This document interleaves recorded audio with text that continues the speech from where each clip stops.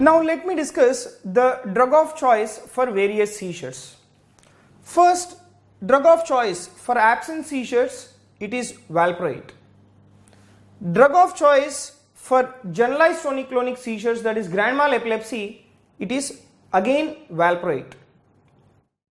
Next, drug of choice for partial seizures, it is carbamazepine.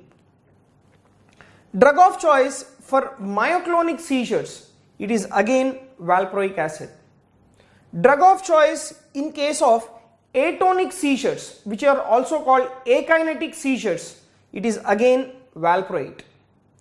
Drug of choice in tonic seizures, it is again valproate.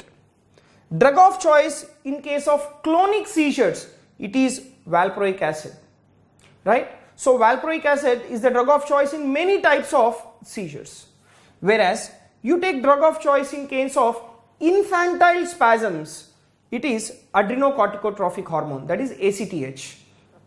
Whereas drug of choice for infantile spasms with tuberous sclerosis, drug of choice is gabapentin.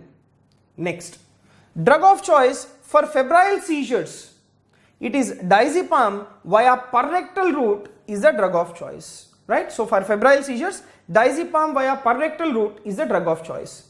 Next, for status epilepticus, drug of choice is lorazepam via intravenous route, right? For status epilepticus, the lorazepam is a drug of choice via intravenous route.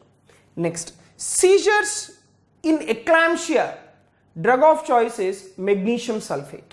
So these are the various drug of choices in various types of epilepsy.